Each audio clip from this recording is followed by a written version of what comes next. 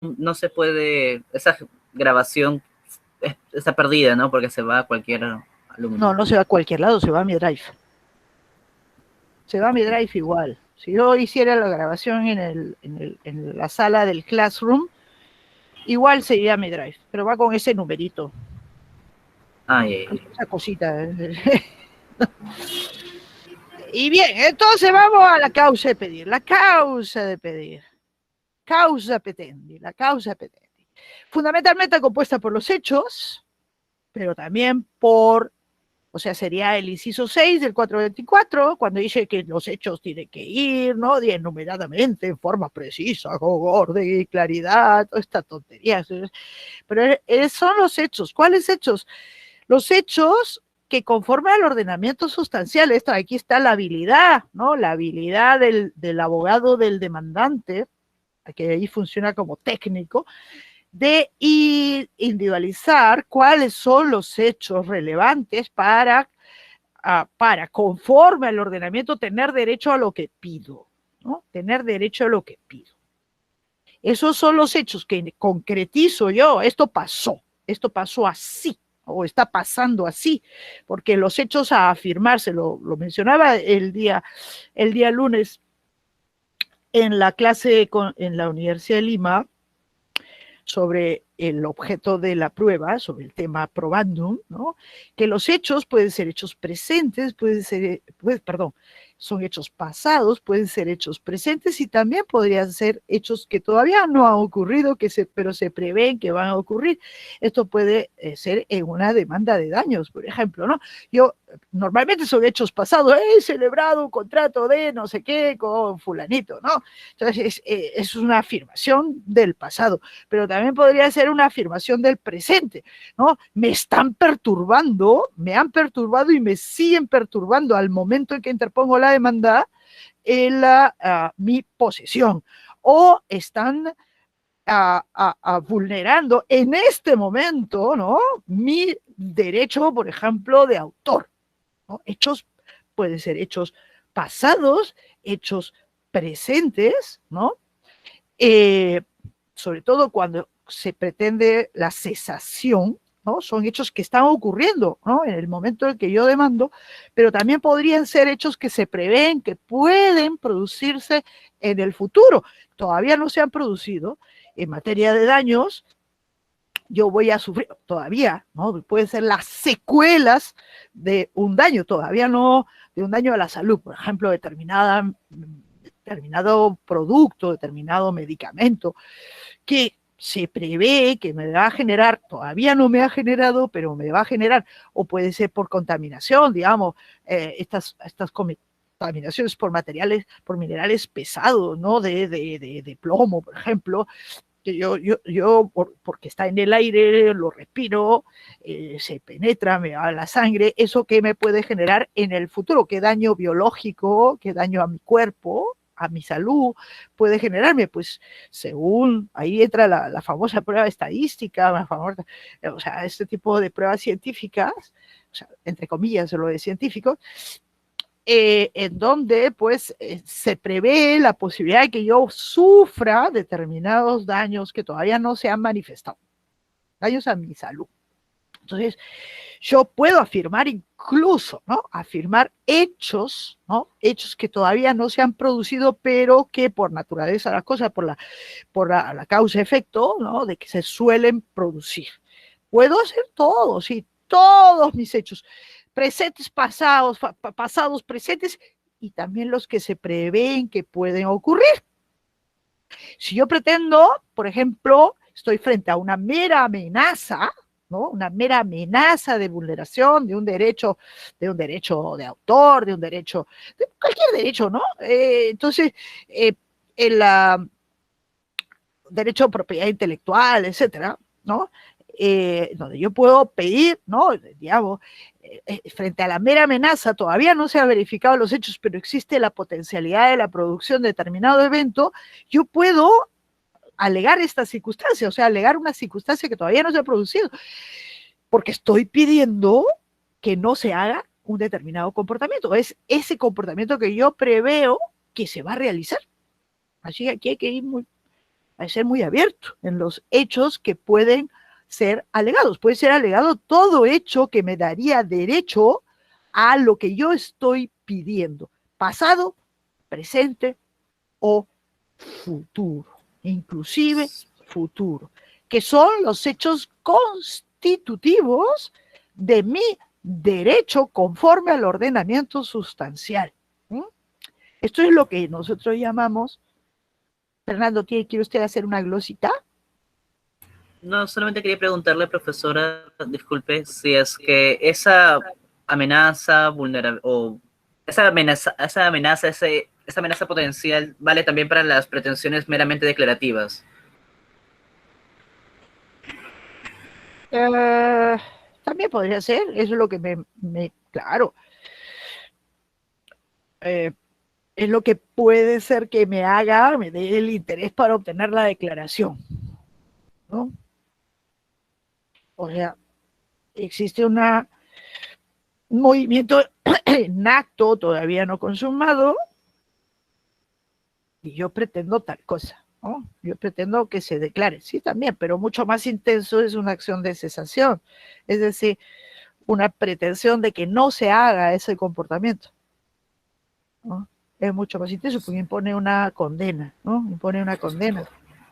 Justamente Andrea Proto Pisani me parece que decía que el juez debería declarar, rechazar la demanda cuando, cuando pudiendo demandar una pretensión de condena, se demanda en cambio una pretensión de mera declaración. Ello no se podría hacer acá, me imagino, profesora, ¿no? No, eso es una posición de Proto Pisani. En términos de interés, ¿no? Lo pone en términos de interés. ¿Por qué? Porque si yo puedo lo más intenso, porque hoy me voy por lo menos intenso. Pero ¿quién es? Porque yo quiero eso, pues. ¿No? Yo quiero la mera declaración. Pero le ponen interés de parte del que resuelve, ¿no? Eso, Es como que eso es cuando se estás gastando razona, energía. eso es cuando se razona en términos de economía procesal publicística. O sea, ¿para qué vamos a fastidiar al Estado, órgano jurisdiccional, para tener pues algo que me va a servir para ponerlo en un cuadro, hacer mi cuadro en la pared? Porque yo lo quiero muy, para algo. ¿Quién eres tú, juez o sistema, para juzgar si yo me conformo? Por ejemplo, si usted lee a los alemanes traducidos lo dicen los dos, los últimos traducidos, ¿no? El de Leible y el de Hess, ¿no? Los dos manualitos traducidos, dice que en Alemania este problema no se plantea, porque si yo pudiera ya pretender una condena, pero me quedo con la simple declaración, pues quizá podría dudarse de la existencia en términos de ellos de necesidad de tutela jurídica. Pero normalmente así se demanda cuando se demanda a la administración, porque están en Alemania, pues. Y entonces en Alemania la administración le basta la mera declaración oiga, no tiene que imponérsele el comportamiento, lo van a hacer, lo van a hacer. En el Perú hay que condenarlos y no se sabe, ¿no? El gran problema es cómo hacemos que el Estado, ¿no? El Estado cuando es condenado a realizar un determinado comportamiento cumpla. En Alemania basta que se le diga, se le dé la razón al demandante en el sentido de, bueno, algún sentido, y para que ya pues se adecue, ¿no? O sea, lo haga espontáneamente sin necesidad de condena. Así es la vida. Pero en el Brasil, por ejemplo, ya desde el código de 1939, esto estaba así, se considera que si yo puedo, y lo ha repetido en el código del 73 y en el código del vigente, 2015, que si yo puedo pretender una condena, ya, también podría, ¿no? Una mera declaración. O sea, la solución que rechaza Proto Pisani está legitimada positivamente en el derecho brasilero. ¿No? ¿Por qué? Porque si yo me doy por bien satisfecho con la mera declaración, pues ya este es tu problema, ¿no? Es tu problema. Ya si luego se produce pues la necesidad, se vuelve a demandar, ¿no? De obtener una condena, pero ya tenemos fijado que el derecho se tenía. ¿Ah? Los hechos constitutivos son los que me darían derecho a lo que yo pido. Esto va relacionado, ven, con el petitorio. ¿Ah? Y aquí hay una relación así, es como una espiral, ¿no? En realidad es como un 8, es como el infinito, ¿no? O sea, yo pido esto porque considero en base a estos hechos que encuadrados jurídicamente me dan derecho a esto, ¿no? O sea, es inescindible el nexo entre lo que pido, las circunstancias por las que pido y su encuadramiento jurídico, ¿no? ¿Por qué? Porque así es el supuesto. Por eso les decía, ¿no? Les decía que esto de no considerar el encuadramiento jurídico de los hechos, la fundamentación jurídica en los términos del CPC, como elemento de la pretensión, pues me parece equivocado, ¿no? O sea, me parece equivocado. Aquí viene pues algo que no quiero abrir el abanico de problemas que presenta esto. Viene el problema del iura no vicuria, el encuadramiento, no, porque ese es territorio del juez. No, el iura no vicuria significa simple y puramente que el juez conoce el derecho.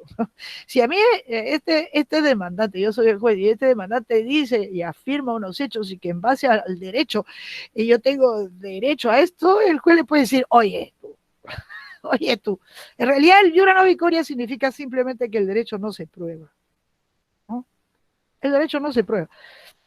Nada más. ¿Por qué? Porque no se prueba lo que el juez conoce, pues el juez conoce y debe conocer el derecho. Y entonces, por más que un demandante diga que conforme al derecho peruano, pues para tener derecho a esto se necesita esto y yo lo tengo, es que se hayan verificado estas circunstancias, o se estén verificando estas circunstancias, o se verifiquen estas circunstancias, pues el juez le puede enmendar la plana y decirle, oye, iura no vicuria, yo sé el derecho, no me vengas a mí a contar cuentos, ¿ya? Eso significa. Además, no es que yo sepa el derecho, yo tengo que saber, yo juez tengo el deber de conocer el derecho. Ya retornaremos sobre esto muchísimo más adelante al tratar del objeto de la prueba. Lo que hechos se afirman. Los que deben ser afirmados son los que me darían en abstracto, y aquí los concretizo, ¿no? En abstracto derecho a lo que pido, ¿no? ¿Cuáles son esos hechos que yo debo afirmar? Pues me los dice el ordenamiento sustancial. Ustedes tienen que descomponer los supuestos de hecho previstos en la norma. Para yo tener derecho a la resolución de un contrato con prestaciones recíprocas, ¿ah? Resolverlo, puede ser por varias circunstancias. Primera circunstancia, por el incumplimiento. Entonces, ¿cuál es mi hecho constitutivo del derecho a la resolución? La existencia de un contrato con prestaciones recíprocas, ¿no? Ya lo concretizo, ¿cuál es este? Y el evento del incumplimiento de la contraparte, de mi co-contratante, que es mi demandado. Pero hay otros supuestos, ¿no? Hay otros supuestos para resolver el contrato, entonces puede ser por excesiva onerosidad, etcétera, etcétera. Pero digamos, el evento del incumplimiento, ¿cuál es mi hecho constitutivo? Pues la existencia de un contrato con prestaciones recíprocas más el incumplimiento de la prestación a cargo del demandado. Eso es lo que me da derecho, eso es lo que yo tengo que afirmar. ¿Qué me da derecho a que se declare, se anule, se declare nulo un contrato por simulación? Pues que haya un contrato simulado. Ese es un hecho, ¿no? La simulación es un hecho.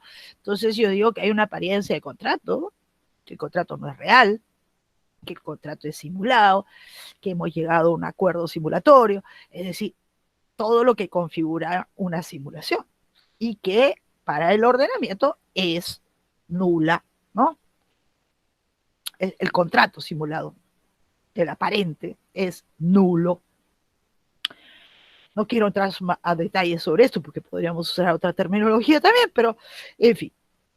Entonces, los hechos constitutivos los manda el ordenamiento sustancial en función del supuesto hecho que yo he escogido, ¿ah? Que yo he escogido. Si yo no pretendo la simulación, que se declare la nulidad por simulación, y en base a esos mismos hechos, pero yo le pongo algunos ingredientes más, ¿no? Le pongo algunos, digo, yo soy acreedor, se ha celebrado un contrato de, o sea, yo digo, yo soy acreedor, se ha creado, ¿no? Mi deudor le ha vendido, aparentemente, le ha vendido, lo doy por real, le ha vendido el bien a un tercero. Y esto, pues, ha provocado una disminución en su patrimonio que pone en riesgo la posibilidad de que yo me pueda satisfacer. Y, por lo tanto, me ha causado perjuicio en mis expectativas creditorias. Etcétera, etcétera, y además agrego, ¿no? El adquirente sabía que este perjuicio, ¿no? O sea, este acto era perjudicial a los intereses de los acreedores. Todo eso es lo que tengo que afirmar. ¿Por qué? Porque ¿qué estoy pidiendo? ¿Qué voy a pedir? Ustedes que ya han hecho acto jurídico, ¿qué voy a pedir? ¿Qué voy a pedir? ¿Qué estoy describiendo? Chicos, A ver, ¿qué se pues que les han llevado ocurre? con el profesor Juan Espinosa o el profesor Aníbal Torres, que se volvió muy famoso, dicho sea de paso. Más famoso de lo que ya era.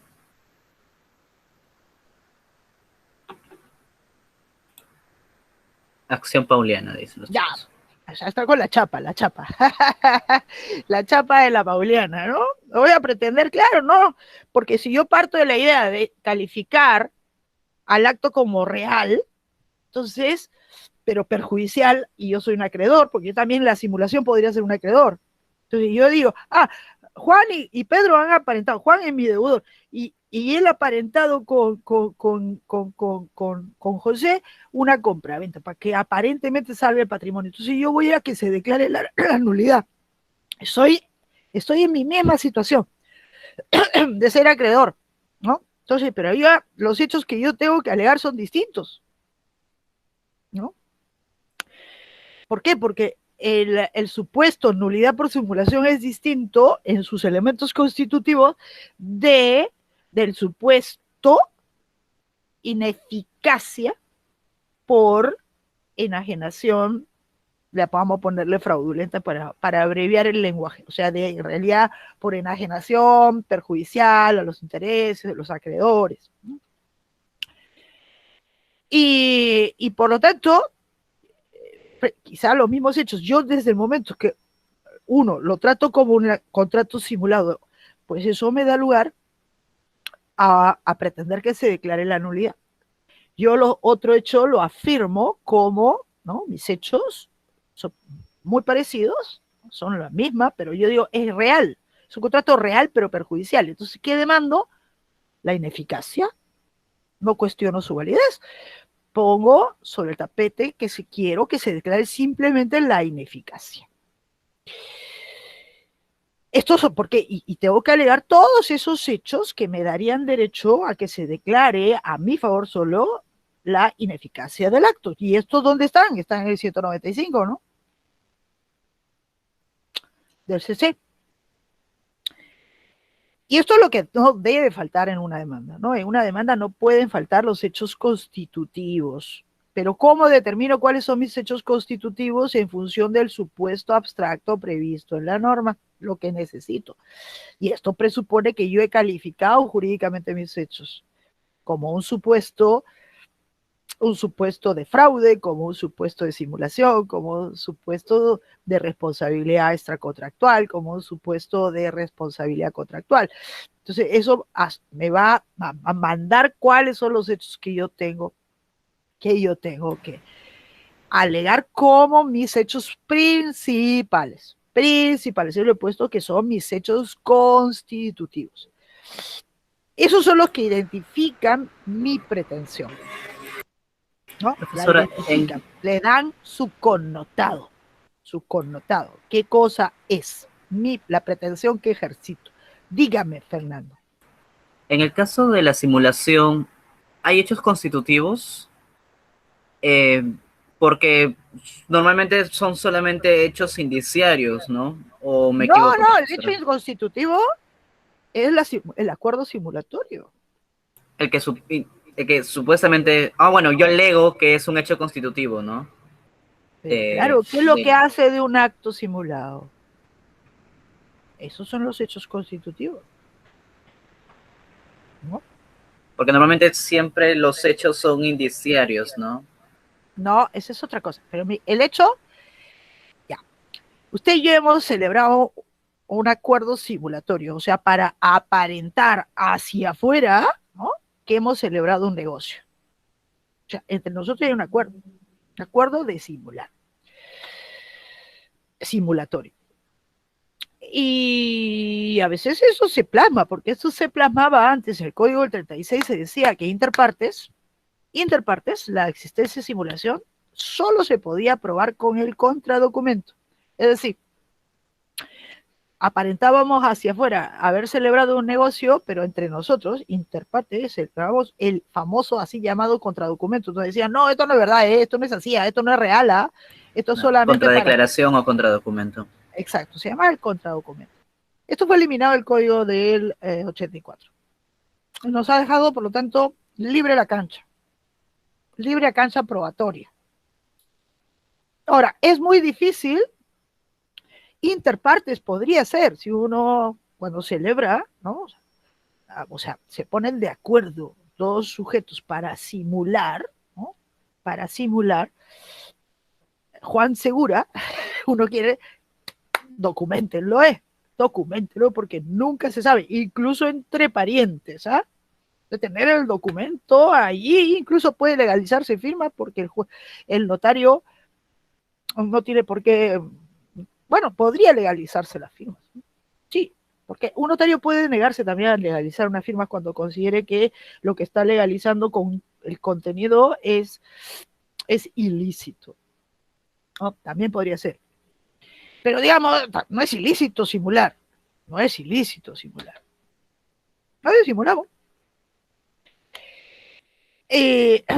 Pero puede ser el acuerdo simulatorio y hay una apariencia, ¿no? Hay una apariencia de acto, ¿no? Hay una apariencia. Entonces, la calificación jurídica de eso, por eso es inescindible, ¿no? Yo pido la nulidad porque digo que es simulado. Entonces, y digo que es simulado alegando que hay un acuerdo simulatorio y que, por lo tanto, ese acto es una mera apariencia de acto, ¿no? Una mera apariencia de acto. El código lo califica, ¿no? Lo califica de nulo, jurídicamente de nulo. Entonces, esos son mis hechos constitutivos, ¿no? Mis hechos constitutivos, ¿no? Mis afirmaciones. De la misma manera que para la Pauleana, pues tiene unos hechos constitutivos, ¿no? Para tener derecho a la declaración de ineficacia. Y bueno, pero esos son los que no pueden faltar. Y son los que realmente identifican la pretensión, ¿no? Identifican la pretensión. Pero ¿qué pasa? Esto ya no es en el plano de los hechos constitutivos. ¿Qué pasa? Normalmente en estos que son ejemplos, y por eso, y podría haber muchos más, pero esto es el paradigma, digamos, el ejemplo mayor, más evidente en materia de simulación, en materia de fraude. Fraude uso la expresión legislativa, porque no necesariamente es fraude.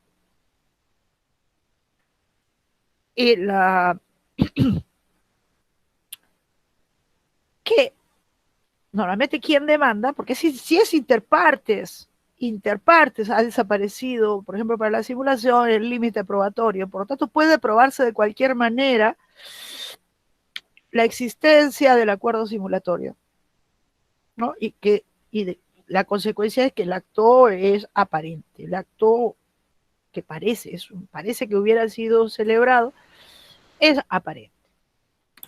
Claro, pero justamente en la jurisprudencia española me parece que se hace la distinción, ¿no? Si, por ejemplo, quien demanda la nulidad del acto simulado es una de las partes del acto, se exige el contradocumento, la contradeclaración. En cambio, si es un tercero, se es mucho más flexible y se permite la alegación de hechos, de la prueba indiciaria, ¿no? Se es mucho más flexible con las causales, no se exige necesariamente el contradocumento. En el Perú ya no. Así era con el código del 36. En el Perú ya no, por lo tanto, inclusive interpartes, digamos, yo aparento con usted celebrar una compraventa del inmueble donde yo estoy sentada, ¿no? Entonces aparentamos con Fernando, pero estamos, porque yo tengo gran confianza con Fernando, entonces digo, ya, pues, ponte tú. Y, y entonces, después Fernando me quiere sacar la vuelta, es decir, me interpone una demanda de reivindicación para que yo le entregue el bien, ¿no? O sea, me quiere demandar, me amenaza, ¿no? Me amenaza, no, es bien mío, después no, está el registro, está escrito el registro, me manda una carta notarial, ¿no? Para que yo sea la que demande, ¿no? Entonces te pongo la demanda para que se declare la nulidad del acto de interpartes, ¿no? Porque Fernando quiere hacerse el loco, quiere hacerse el loco.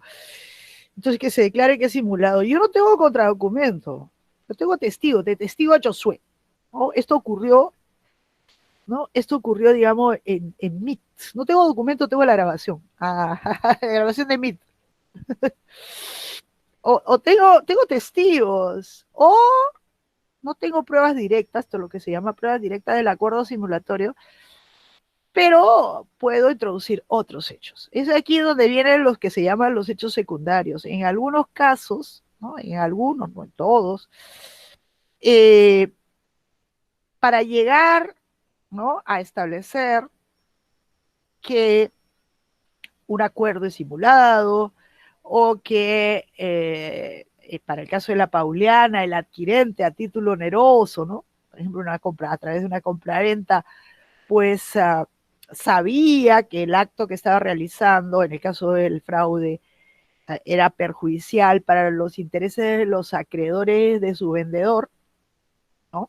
Lo sabía, la Shem Sadamni, como se suele decir, pues hay que introducir elementos que no son los constitutivos del derecho A, sino que son los que nos conducen, nos pueden llevar a través de una inferencia lógica, esto ya es en el terreno probatorio, a establecer que efectivamente el acuerdo es simulado, del cual no se tiene medio probatorio directo, o que el acuerdo o que el acto de disposición, el tercero, ¿no?, que es el personaje del acto de disposición, el adquirente, tenía conocimiento, ¿no?, tenía conocimiento del perjuicio que causaba a los acreedores.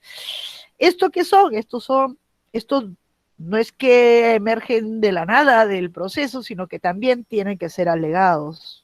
No son los hechos constitutivos, sino que son los hechos secundarios, indiciarios, circunstanciales, con el nombre que ustedes quieren. Se le llama circunstanciales porque circundan el hecho principal, ¿no? El hecho principal. Indiciario porque constituye un indicio del hecho principal. Uno o varios, ¿no? Una sumatoria, basta uno solo, un indicio potente. A veces se necesita la sumatoria de algunos para luego, en su momento, ¿no? Pues que se llegue, no sé, la intención de introducirlo, se llegue a formular la inferencia de que efectivamente el acuerdo era simulado, el contrato era simulado, el tercero tuvo conocimiento, el tercero adquirente tenía conocimiento de lo perjudicial para los acreedores, que era el negocio que estaba celebrando con el deudor, ¿no? Que era un deudor y que tenía toda esta cosa. Ahora, ¿dónde tiene que hacerse esto? Aquí lo que voy, la causa de pedir, esto es una aclaración, o sea, la causa de pedir está compuesta por los hechos principales, pero, ¿no? Pero, es una aclaración, también puede introducirse en el proceso en relación, ¿no? En relación al hecho principal, hechos secundarios. Ellos no constituyen la causa de pedir. Por ejemplo, el hecho de que yo esté en posesión del bien vendido, ¿ah?, como indicio, ¿no? Como indicio de que la compraventa es simulada, no es un hecho constitutivo, ¿no? A los efectos de la simulación, ¿no? O sea, yo estoy diciendo, o sea, es una apariencia, pero puede ser un indicio de que, ¿no? De que no, es muy débil ese indicio, ¿no? El estar en posesión, porque también podría yo estar en posesión del bien vendido porque he incumplido el contrato, ¿no?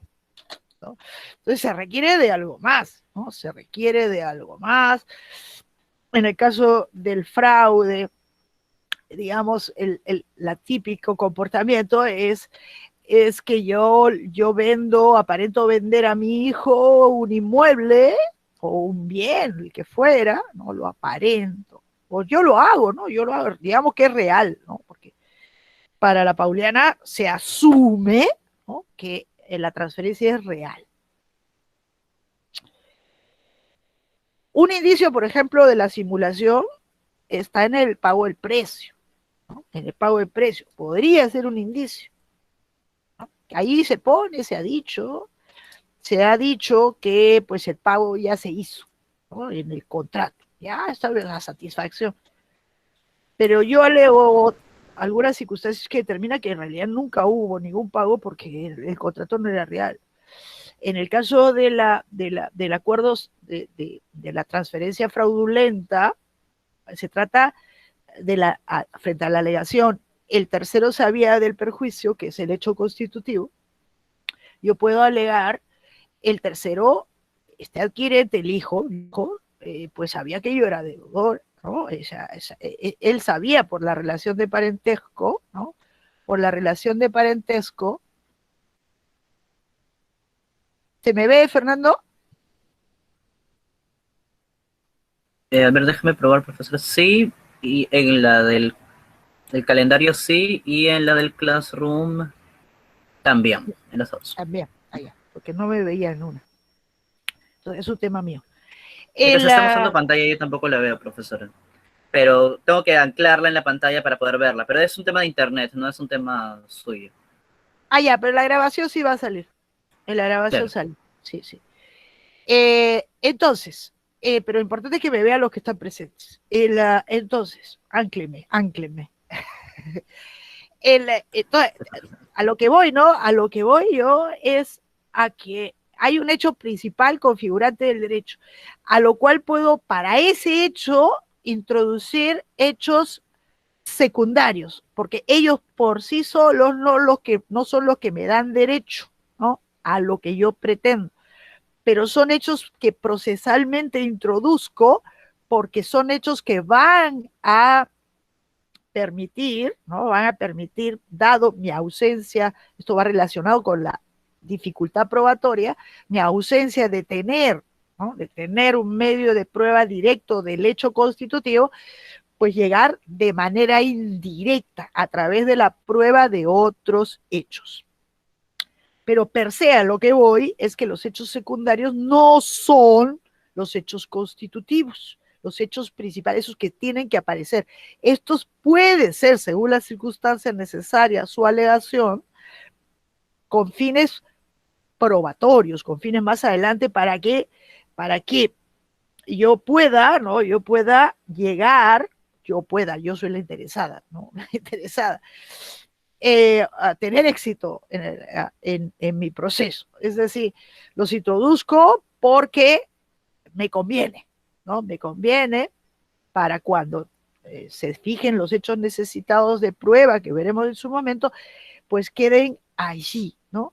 Allí individualizados, y se establezca pues que sí son hechos necesitados de prueba, y se admitan los medios de prueba referidos a ellos, ¿no?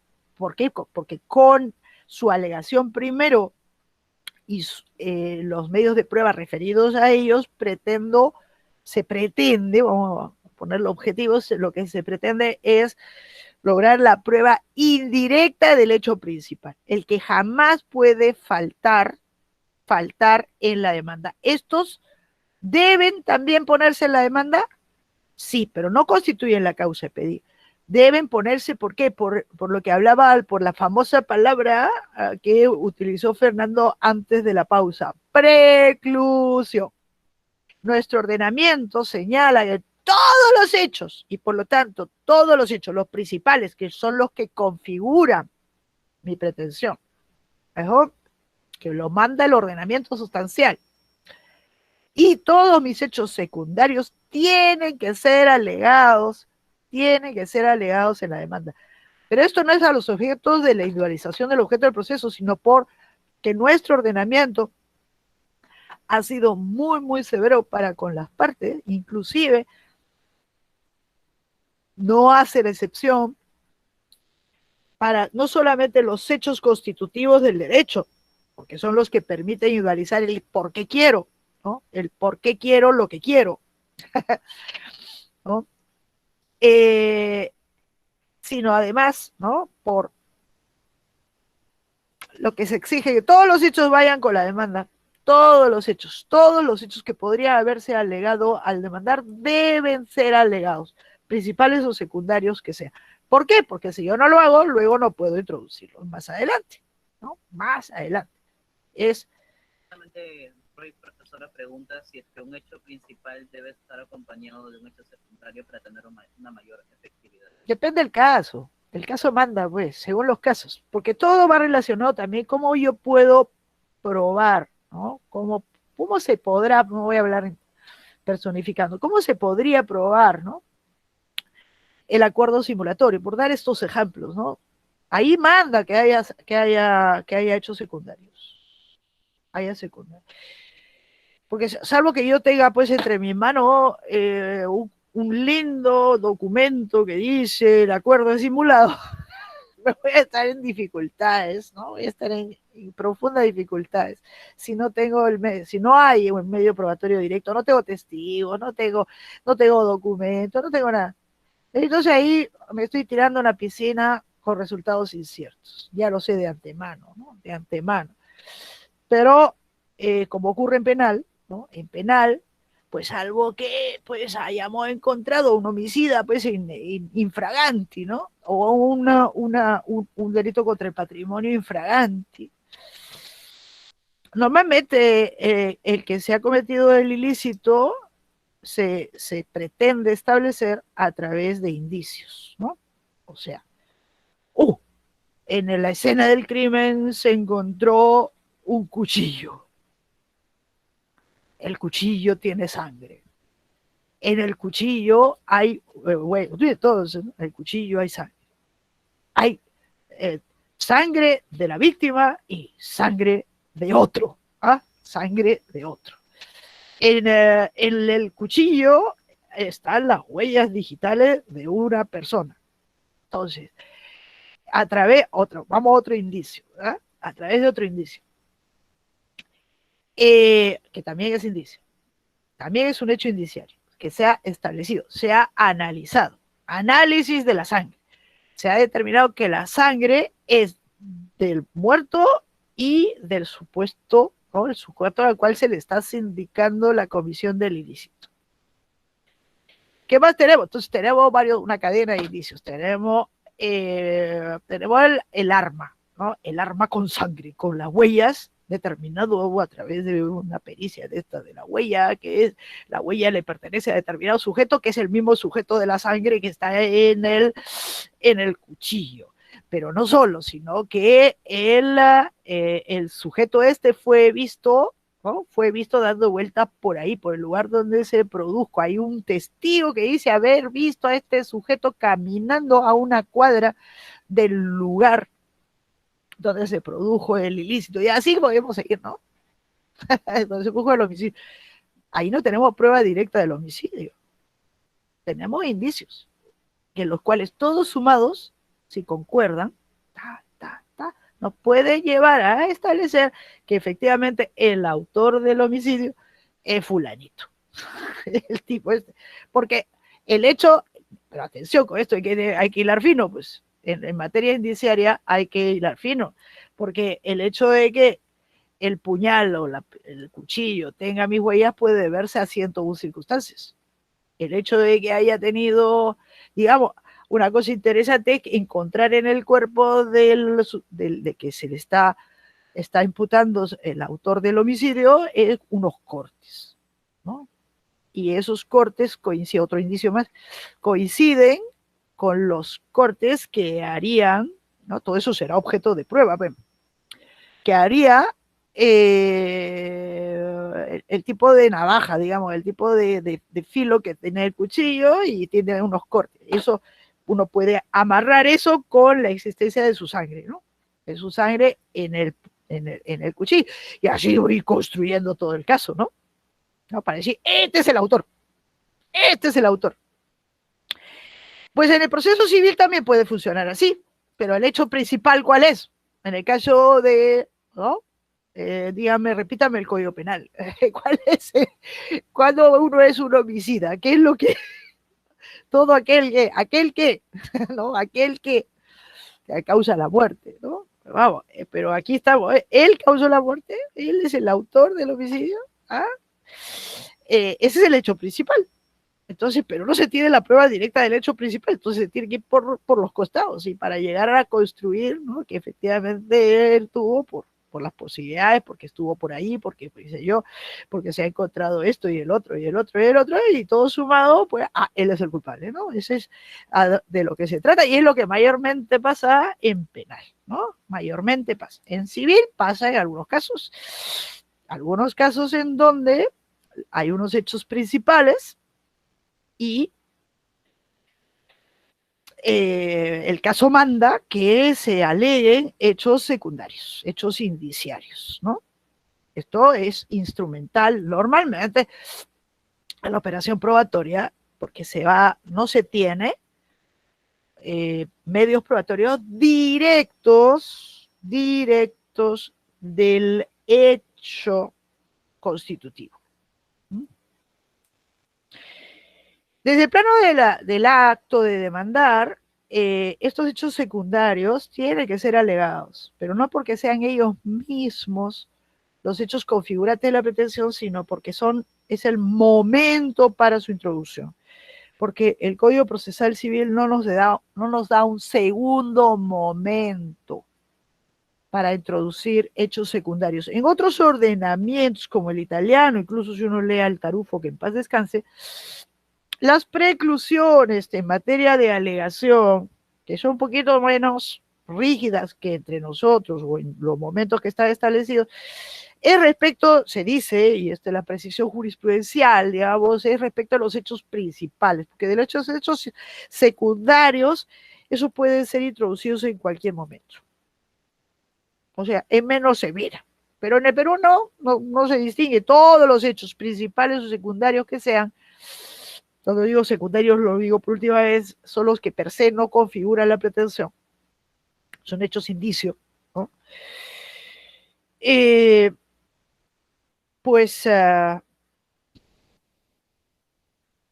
Tiene que hacerlo en el acto mismo. Allí cuando dice los fundamentos de hecho, pues ahí tiene que ponerse, ¿no? Todos los fundamentos, ¿no? Todos los fundamentos que tienen que ser alegados. Todos los hechos, principales o secundarios. La fundamentación jurídica es la calificación, pero como les digo aquí, pues es ¿cómo lo llama? Tarufo lo llamaba, ¿cómo lo llamaba? La espiral epistémica, una cosa así, una espiral. ¿Por qué? Porque yo pido por unos hechos, pero ¿por qué alego esos hechos? Porque eso es lo que me manda la norma, ¿no? Me manda la norma que yo alegue esos hechos, porque si no, no tendría derecho a lo que pido. O sea, es todo da vuelta, ¿no? Es un giro. Yo pido esto porque conforme a estos hechos calificados jurídicamente tengo derecho a lo que pido, ¿no? O sea, es inescindible en términos de identificación de la pretensión. Así es que bueno, pero aquí, entonces, dos temas. Uno, para identificar la pretensión planteada hay que buscar los hechos principales, ¿no? Los hechos principales. Para a vencer las preclusiones, para que no caer en las garras de preclusiones, no solamente tengo que alegar mis hechos principales, que son los que identifican mi pretensión, sino además mis hechos secundarios. Eso es un tema debido al régimen al que están sometidas las partes en el ordenamiento procesal civil peruano, ¿no? Profesora, una pregunta de Ítalo, de Renzo Ítalo. Él pregunta, ¿puede haber una demanda, una causa de pedir solo con estos secundarios? No, ¿cómo solo con hechos secundarios? O sea, yo estoy diciendo, por darle un ejemplo, ¿cómo hechos secundarios? Yo lo que digo es que yo califico, ¿no? Yo digo, ¿yo qué pido? Yo tengo que pedir algo, ¿no? Yo pido que se declare la ineficacia del acto de disposición, del acto de la compraventa celebrado entre Juan y Pedro. Y entonces, ahí digo, ¿por qué? ¿Y por qué? Bueno, fundamentos. Que yo soy acreedor de Juan. Esos, me debe. Dos, que Pedro ha celebrado este contrato. Juan ha celebrado este contrato con Pedro. Esos son mis hechos principales, ¿no? Y digo, en la circunstancia esta, ¿no? La circunstancia esta, ese contrato me ha causado perjuicio. También es uno de los hechos configurantes, sobre los cuales, como vamos a ver, tendremos ocasión cuando veamos el comportamiento del demandado, en caso como este, no lo olvide, pues está de por medio una presunción que está puesta en el Código Civil, en la presunción legal sobre esta afirmación. Entonces, después, que él sabía, ¿no? Él sabía que ¿quién es él? Él es Pedro, ¿no? El contratante de Juan, el adquirente. Pedro sabía que él tenía deudas y que ese acto de disposición iba a perjudicar a sus acreedores. Él sabía. Entonces, este hecho, él sabía, que es un hecho psicológico por lo demás, el saber, conocimiento, tener conocimiento, Shen Sadamni, él sabía, es lo que 100 sobre 100 requiere la alegación de indicios, de hechos indiciarios. ¿Y por qué sabía él? ¿Por qué pariente? ¿Porque es su hermano del alma? ¿Porque qué sé yo? Tengo que buscármela, buscarme, porque eso él sabía, ¿no? Él sabía. Es el hecho más difícil de todos. Esta afirmación sobre el hecho constitutivo es el más difícil de probar porque es conocimiento. Entonces tiene que haber indicadores externos. Esos indicadores externos son los indicios. Hechos indicadores de conocimiento, que no necesariamente son así. O sea, podría ser, ¿no? Puede ser que el sujeto este, pues, el vendedor, pues, era pues, hermético, ¿no? Hermético. ¿Qué va a saber el comprador? ¿Cómo va a saber el comprador? ¿No? El comprador, pues, que él tenía deuda. Yo qué sé de sus deudas, ¿no? Yo qué sé. Y si no hay ningún hecho indicador, es mejor no lanzarse, porque le va a faltar un elemento constitutivo. Cuando llegue, o sea, el modo de probar el elemento constitutivo determinante por una eficacia para actos de disposición a título oneroso, que es el conocimiento, ¿no? Por parte del adquirente, de que el acto que estaba celebrando iba a perjudicar los intereses de los acreedores de su vendedor, ¿no? Bueno, no puede haber una demanda solo por hechos secundarios, pues, porque nos falta un elemento identificador de la pretensión. A ver, entonces, ahí lo dejamos, ¿eso? Entonces, la causa de pedir son los hechos, o sea, la causa de pedir está compuesta de los hechos constitutivos, concretizados del derecho. Eso es lo que permite individualizar la pretensión ejercitada. Y ahí está íncito la calificación jurídica, ¿no? Íncito. Pero la demanda, como demanda, es, uno, identifica el objeto del proceso en línea de principio, salvo que luego venga modificada, ¿no? Si no viene modificada, la identifica tal cual está. Pero además es el primer acto, es tratar de con él iniciar el proceso con ese objeto, ¿no? Y es el desencadenante como primer acto de que haya un segundo, y si hay un segundo hay un tercero, pero encuentra su fuerza inicial, su acto inicial, en la demanda, como acto de inicio. Entonces hay algunos elementos, ¿no? Hay algunos elementos de la que están puestos en el 424. La intención de todo esto es que ustedes funcionalicen, es decir, se vayan a la búsqueda de cuál es la función que cumple cada uno de los ingredientes puestos en el 424. ¿No? La demanda como acto de inicio del proceso, ¿no? También algunos datitos son propios de la demanda como acto de inicio del proceso. ¿No? A ello va la indicación del domicilio del demandado, ¿no? Responde a ello. ¿Por qué? Porque esto prepara el acto sucesivo. ¿Qué pasa si yo no he indicado el domicilio del demandado? Pues no podremos notificarlo. O sea, la demanda podrá identificar todo el objeto del proceso que se quiera, pero no podrá seguirse con la secuencia. Y entonces, la indicación del domicilio del demandado, que el 424 dice dirección domiciliaria del demandado, responde a ello, ¿no? Para preparar lo que viene después, ¿no? ¿Qué viene después? El acto subsiguiente del juez, que ya veremos, que es la calificación de la demanda, y si es positiva, dispondrá que se le ponga en conocimiento la existencia de la demanda a través de una copia. Eso es lo que se llama el traslado. Y se le ponga en conocimiento ¿dónde? En el domicilio indicado por el demandante. Por eso es que esto prepara, ¿no? Prepara los actos subsiguientes, prepara este datito exigido, ¿no? Es para los efectos de poder continuar con la secuencia procedimental, ¿no? De hecho. Si se ignora, que es lo único que trata el inciso cuarto, si se ignora, hay que decir, ignoro el domicilio del demandado. Y cuando se presente esta circunstancia, cambia todo el procedimiento ulterior, el cómo se le pone en conocimiento al demandado si no se sabe dónde domicilia. No va a cambiar y lo vamos a ver en su momento, ¿no? La indicación, el inciso 8, ¿no? El inciso 8 del código indica que debe indicarse el monto del petitorio. Ay, esto en realidad, el monto del petitorio. Esto es una de las imprecisiones del Código Procesal Civil, porque no nos dice, no nos dice, ¿para qué es esto? Y parecería que una demanda de cantidad yo tenga que poner el monto. No, esto es a los efectos de la determinación de la cuantía, de la competencia por cuantía y del procedimiento a seguirse, ¿no?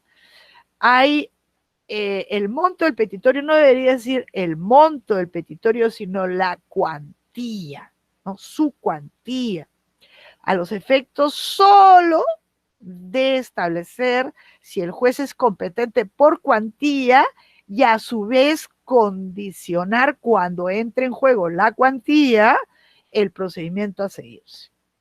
Nada más, nada más. Por tanto, este es instrumental para lo que viene después. ¿Y qué viene después? Que el juez lo primero que tenga que juzgar es si él es competente, ¿no? Y si él es competente, pues de establecer cuál es si el procedimiento a seguirse o cuando esto lo determina la cuantía. En la ley de enjuiciamiento civil ha dicho, ¿no? Ha dicho que expresamente esto de la cuantía es para los efectos de la competencia, ¿no? De la competencia, lo cual está muy bien, pero en las sucesivas reformas que se le ha hecho el 424 debería estar claro que la exigencia es cuando el asunto tiene cuantía, pues que se cuantifique, ¿no? Que se cuantifique en moneda nacional, que es cómo se determina la competencia por cuantía, que es cómo se determina el procedimiento, ¿no? Que debe ser seguido por ley, ¿no? Si yo estoy haciendo una demanda, ¿no? De indemnizatoria por responsabilidad contractual en dólares, en moneda extranjera, pues eso no me va a dar la cuantía. Yo pretendo, ¿no? Yo pretendo que se condene a pagarme de $10,000. $10,000, ¿ya? pero eso no me va a generar la cuantía del asunto, porque yo esto lo tengo que transformar en moneda nacional. Y hasta la fecha todavía no llegamos a los 4 soles, ¿no? Y aquí sabe, después de la proclamación, a dónde terminaremos, dónde terminará el dólar. Entonces,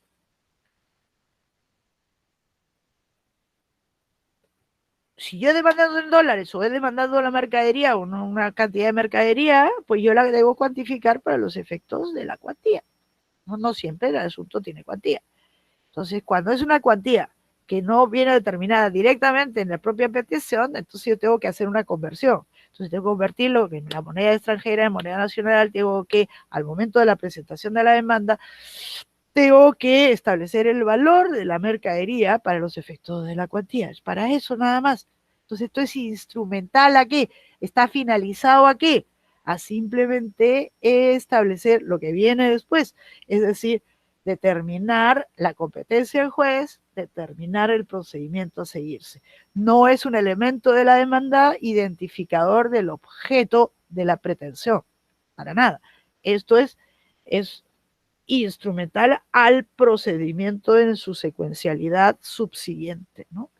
De la misma manera que la indicación o no indicación del domicilio del demandado nos va a dar el derrotero de lo que hay que hacer después. O sea, tiene una función de los determinante para los actos sucesivos, los que vienen después de la demanda en sí misma como acto de inicio del proceso, ¿no? Y ahí viene el tercer acto. El tercer acto. Profesora, hay una pregunta de Ricardo Gabriel que dice lo siguiente: profesora, ¿qué es lo que cambia exactamente cuando se ignora el domicilio del demandado? ¿Hace el proceso más largo? Sí, claro. Se complica todo, pues. Se complica todo. Va a cambiar todo, porque se va a introducir la notificación que se llama por edictos. Es decir, él va a ser emplazado por edictos. Este demandado cuyo domicilio se ignora. No va a cambiar todo. ¿Por qué? Porque la circunstancia que veremos, que es la normal, pues se notifica por cédula. O sea, le llega a él todo un paquete que está la demanda, es copia de la demanda, copia de los anexos, copia de todo lo necesario, más la resolución del juez, que como veremos admite la demanda y le va a llegar al domicilio indicado por el propio demandante. En cambio, cuando el demandante dice ignoro el domicilio del demandado, esto no se puede hacer porque no se sabe dónde está y hay que proceder en un mecanismo alternativo para ponerle en conocimiento de que ha sido demandado y que pues se apersone al proceso. Lo veremos en su momento. Va a cambiar todo el escenario, ¿no? Se va a complicar, por supuesto que se va a complicar. Va a cambiar por lo menos, sí, y ese cambio implica pues una complicación. ¿Qué más se debe hacer en este escrito inicial? Que hay que cambiarle de nombre, Fernando. Propóngaselo a quienes tienen el poder para escrito inicial. ¿Ah? Y que contiene la demanda. En realidad, que puede contener muchas cosas, ¿no? Y entre las tantas cosas que debe, conforme al 424, contener, es el ofrecimiento de todos, ahora se ha puesto con precisión, de todos los medios probatorios. ¿Mm? Todos los medios probatorios de los cuales el demandante pretende servirse, tienen que ser ofrecidos en este acto inicial, en esta actuación inicial.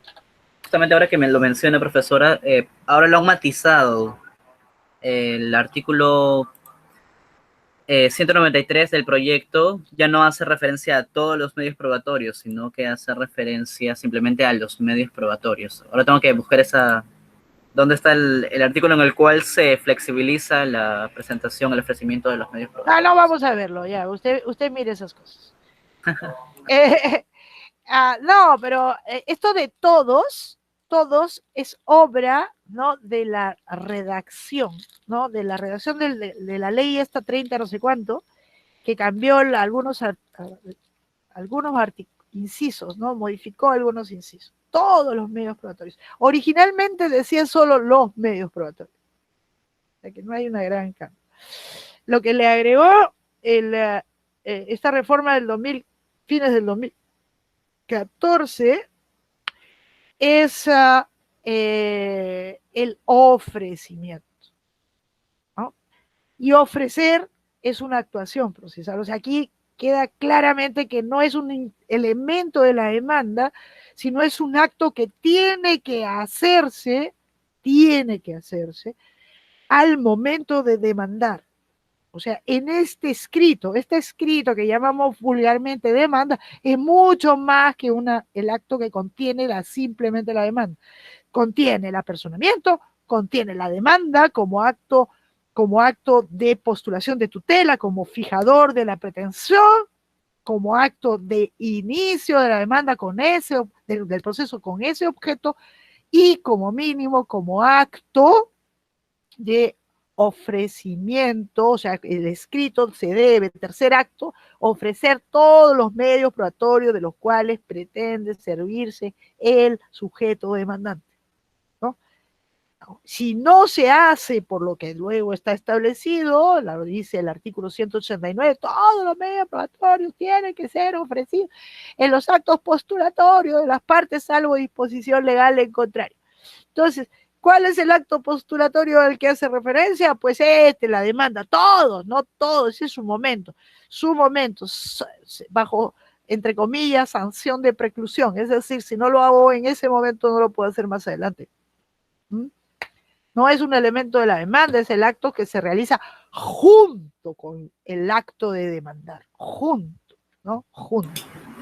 Profesora, disculpe que la interrumpa, no se olvida del Zoom. Ya fue el Zoom.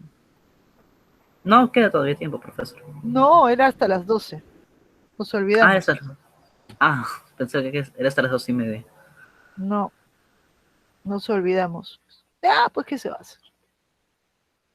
Nos olvidamos, ¿para qué nos han puesto? Bueno, ya no perdamos tiempo. Nos olvidamos. Yo me olvidé por completo. Eso hay que hacerlo durante la pausa, pues estuvimos hablando de no sé qué. Sí, pero tenía la idea de que era las 2:30. Disculpe, profesora. No importa, ya fue, pues. ¿Qué se va a hacer? No pase asistencia. No, es intrascendente, pienso. O sea, no sé qué pasará. Toda la vida yo nunca había pasado asistencia por el Zoom en todos los años, ¿no es cierto? Y ahora recién Sí, con lo virtual. O sea, no. Bueno, entonces, este tercer acto, sobre esto vamos a regresar en su momento cuando tratemos del procedimiento probatorio, pero de plano ya tomen debida nota de la severidad del código en el sentido de establecer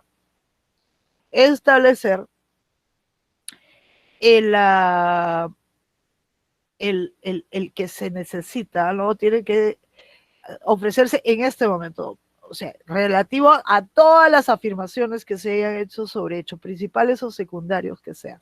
Tiene que ofrecerse todos los medios de prueba en ese momento bajo la consecuencia, si uno no lo hace, es que se pierde la oportunidad, ¿no?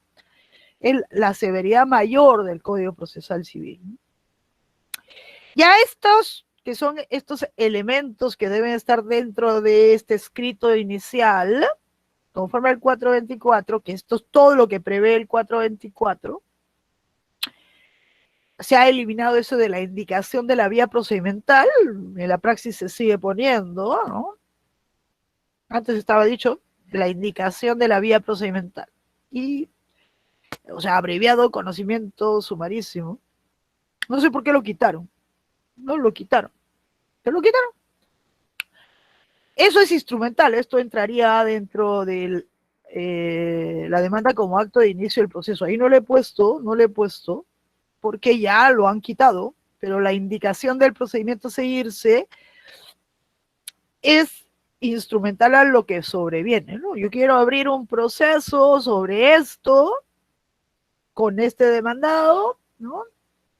Entonces el demandado, para que pueda seguirse, pues tiene que estar, aparte de identificado, pues tiene que estar, tener un domicilio. Si no hay domicilio, pues no va a cambiar el procedimiento sucesivo, ¿no? Si no se sabe su domicilio. El monto es instrumental para que el juez determine si es el competente o no es el competente por la cuantía, cuando entre en juego, y cuál es el procedimiento que hay que seguir. Y eso de la indicación del procedimiento es, probablemente lo consideraron superfluo, porque a fin de cuentas el rey, el señor, ¿no? El señor, conforme al código, de la determinación de cuál es el procedimiento que se seguirá, es el juez.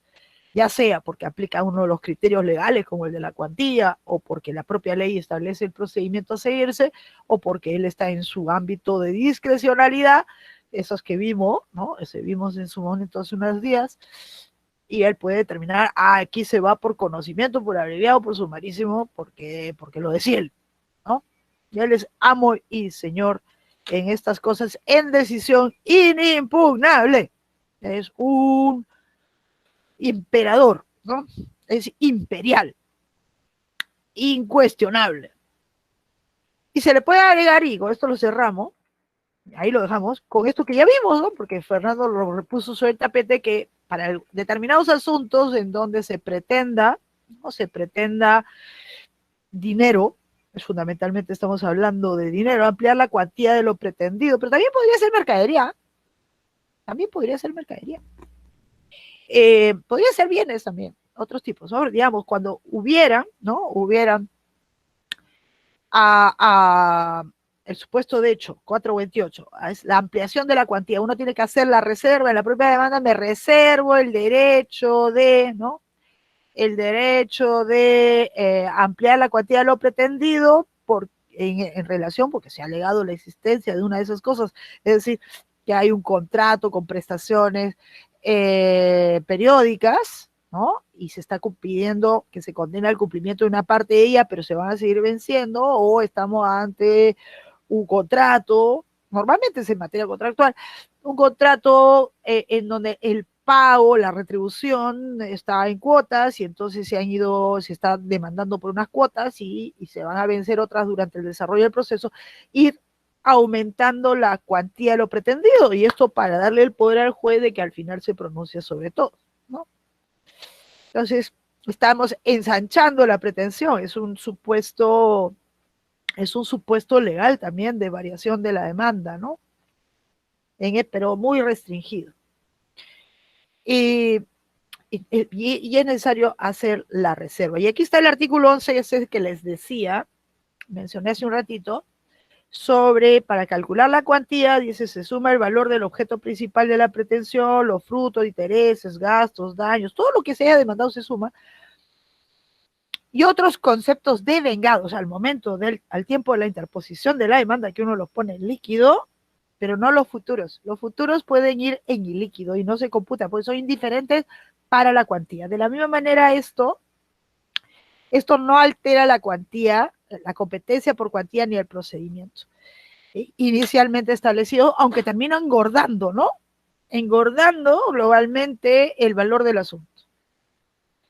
No va a alterar, que es lo más importante. La razón por la cual invoqué el 11 para el artículo 428 era simplemente para decir, sí es la lógica, ¿no? Está en la lógica del 11, que el juez competente, que se demandó 100, juez competente para los 100, aunque luego esto engorde porque maduran intereses, engorden porque se agregan más cuotas, ¿no? Conforme el 428, ampliar la cuantía, eso no lo hace incompetente a medio camino, ¿no? Y al final podrá pronunciarse en definitiva sobre todo, aunque exorbite su cuantía, porque tenía competencia al inicio. Muy bien, ahí lo dejamos. Lo dejamos acá. Listo, profesora. Todavía faltan algunas cositas, ¿no? Algunas cositas, pero lo dejamos para comenzamos con eso la próxima semana. Oye, vamos a detener la grabación. Ahora sí, mire, Fernando, ¿ah? Mire. Sí. Míreme todo. Detener la grabación. Y me va a decir, ¿ya?